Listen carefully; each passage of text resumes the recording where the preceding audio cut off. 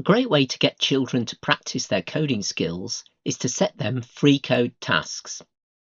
Alternatively, as a teacher, you can create your own bespoke resources to support your learners. Simply save your code and set it as a task via a to-do. Let's take a quick look at free code in ToCode. ToCode is the primary programming tool in Purple Mash, and you can find lessons using ToCode within the scheme of work as part of the many coding lessons. But you can also access it in the Tools area from the home screen. There are 3 levels in ToCode: Chimp, Gibbon and Gorilla, providing increasing levels of complexity.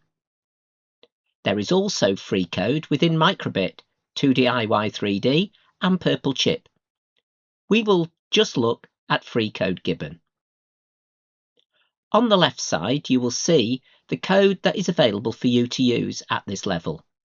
Because we are in free code, there are no backgrounds or objects, so we will need to choose Design Mode.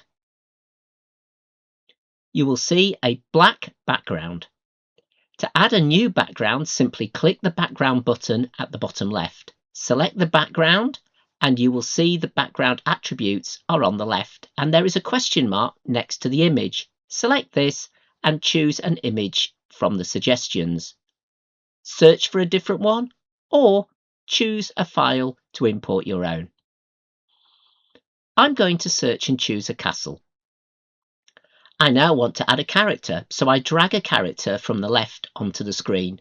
However, this is not the character I actually want, so I click the image on the left and choose a different character or search for an alternative. I'm going to search for a knight. You will see the character attributes appear on the left. I can make my character larger via the scale. I can see various attributes, including a positional attribute that tells the computer where the character is on the screen using X, Y coordinates. You can see these changes as I move the character. I'm going to add an animal. I'm going to change it by clicking on the image, and I'm going to search for a dragon. And I'm going to add that to the screen. You can see the attributes of the dragon on the left, and I'm changing the movement to left. And you can see it's got a speed of 3, which I'm happy with.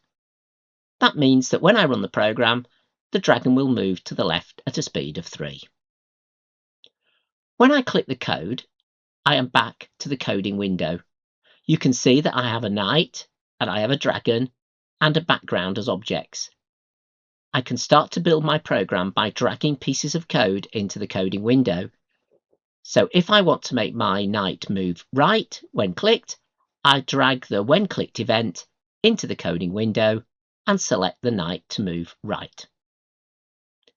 You could use free code as an area for children to practice their coding skills after you have taught various concepts. You could also build pieces of code as starters for the children who need more scaffolding. You could create some code and ask children to predict what would happen if the code was run. You could also create code which didn't work properly and set that as a debugging task. All you need to do is save it and then set it as a to-do.